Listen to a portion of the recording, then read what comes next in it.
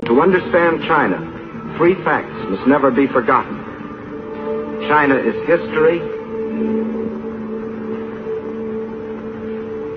China is land. China is people. Chinese history goes back for more than 4,000 years. That's a long time. It was only 168 years ago that Washington crossed the Delaware. Only 452 years have passed since Columbus discovered America. It's 1,500 years since the world saw the fall of the ancient Roman Empire. 3,400 years have gone by since Moses received the Ten Commandments. 3,700 years have passed since the pyramids were built. But more than 4,000 years ago, the Chinese Empire was already in existence.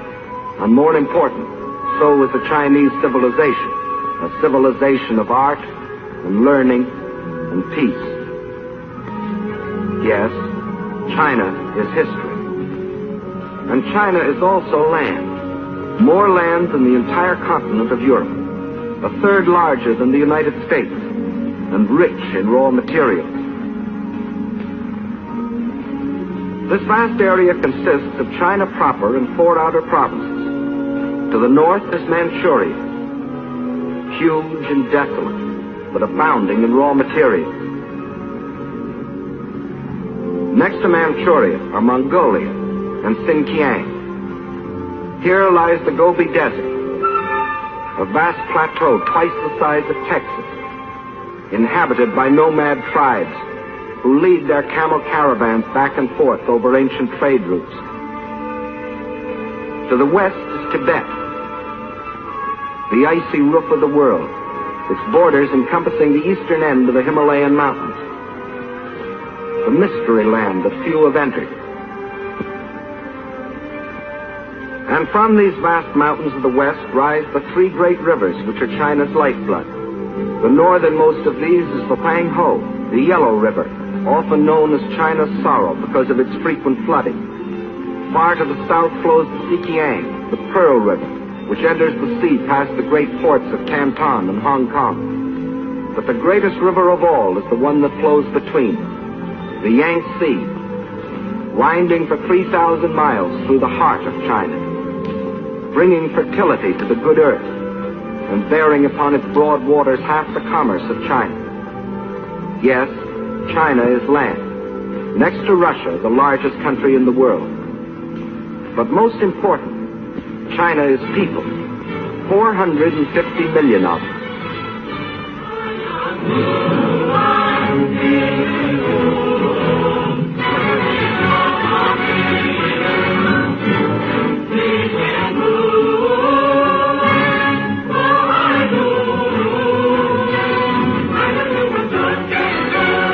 The whole population of China were to walk past you, 4 abreast, there would never be an end to the procession, for new Chinese would be born and would grow up before the last man could pass by. Of every 5 persons on the face of the earth, 1 is a Chinese. And since 1/5 of all the human beings in the world are Chinese, we should know what sort of people they are. Well, in all their 4,000 years of continuous history, they have never waged a war of conquest. They're that sort of people. They developed the art of printing from movable type. They invented the mariner's compass, without which no ocean could be crossed. They were among the first astronomers, and their observations of the stars and planets made possible the accurate measuring and recording of time. They are that sort of people. And why do we call our dishes China? Because the Chinese invented the art of making porcelain. And as we all know, they invented gunpowder, not as a weapon of war,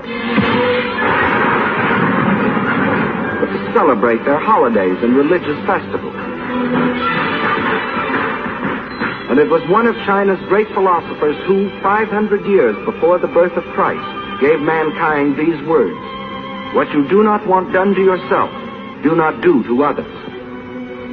They are that sort of people, enriching the world in which we live. Yes, China is incredibly old, incredibly big, incredibly populous.